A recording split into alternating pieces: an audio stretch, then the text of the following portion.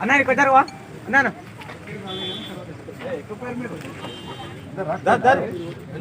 సీదా ఉన్నాడు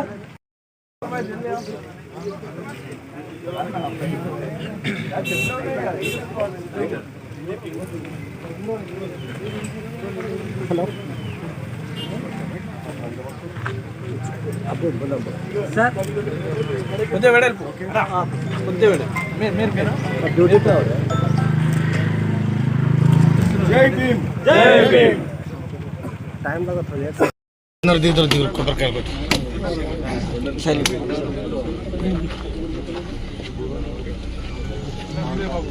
కిషన్ కొంచెం ఒక్క నిమిషం జాగ్రత్త.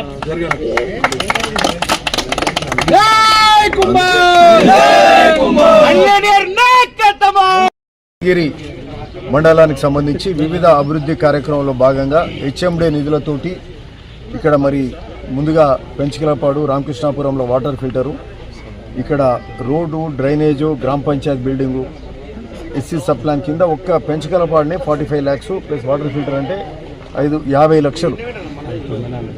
అట్లనే ఇది అయిపోయినాక రామచంద్రపురము, మళ్ళా అక్కడికి వెళ్ళి వడాయిగూడెము, జమ్మాపురము, మరి బాలంపల్లి, కేసారము, ఈరోజు ఈ 6 గ్రామాలు తిరుగుతూ దాదాపు 3 కోట్ల రూపాయల నిధులతోటి వివిధ అభివృద్ధి కార్యక్రమాలు చేస్తున్నాం. అటు బాలనగర్ రోడ్డు కూడా అది 90 లక్షలతోటి 10 కిలోమీటర్ రోడ్ వేస్తూ, అంటే ఇవన్నీ గ్రామానికి సంబంధించిన గ్రామాలలో రోడ్లు డ్రైనేజ్ వేస్తూ, మరి అట్లనే ముఖ్యంగా విలేజ్ కనెక్టివిటీ కూడా ఈ భువనగిరిలోనే చాలా రోడ్లు వేసినాం.